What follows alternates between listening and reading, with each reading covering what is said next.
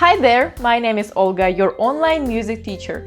If you want to learn music from zero, help your child learn, or you're a music teacher yourself, this channel is the right place for you. Basic to advanced topics covered, fresh content every once in a while. So if you're new, consider subscribing.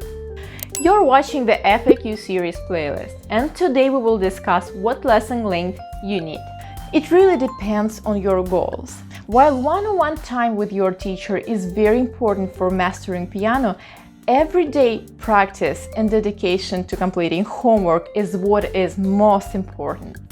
It is what will help you to progress through your piano journey faster, with more confidence, less stress, and it is also what will save you money in a long run, reducing the total amount of lessons you need to take. It seems like in the United States, the reality is that the teacher has specific preferences on how often the lessons should be, and it's usually once a week. It is rare that the teacher will have flexibility on the duration of a session. It is also not necessarily a bad thing, because this is what works out best for that specific teacher. So if you try to dictate your own rules, and even if the teacher agrees, one might not adjust well to that. Scenario 1.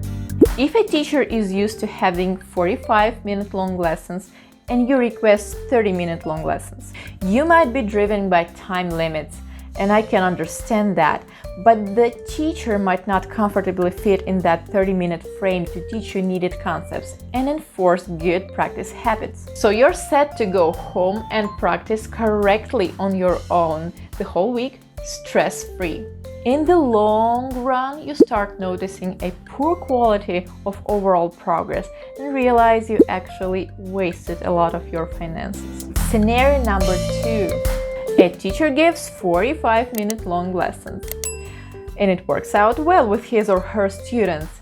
You see good results, awesome student performances. You believe in investing in your kids, so you go even further and request a 60-minute long lesson. It's not as rare as you might think, by the way. The teacher agrees, you start lessons. Every time 45 minutes pass, you start noticing decay in productivity, either because the teacher is done presenting materials or because the student gets tired and loses attention. I know it's difficult to project today's decisions on the future, but in this scenario number 2, a few years later you start realizing you overpaid, while your child is nowhere close to where you expected him to be. Let me give you a piece of advice. If you're one of those motivated parents from the second scenario, ask your teacher if the one can have more than one lesson per week. This is what I wish I could do to my child when he reached certain age for piano lessons. If you like this video, please give it a like, share this video with your friends who can benefit from that as well. Don't forget to subscribe and hit the bell sign for notifications. Otherwise, I cannot guarantee that YouTube will tell you when the next lesson is up. Thank you for watching, and I'll see you in the next video right here.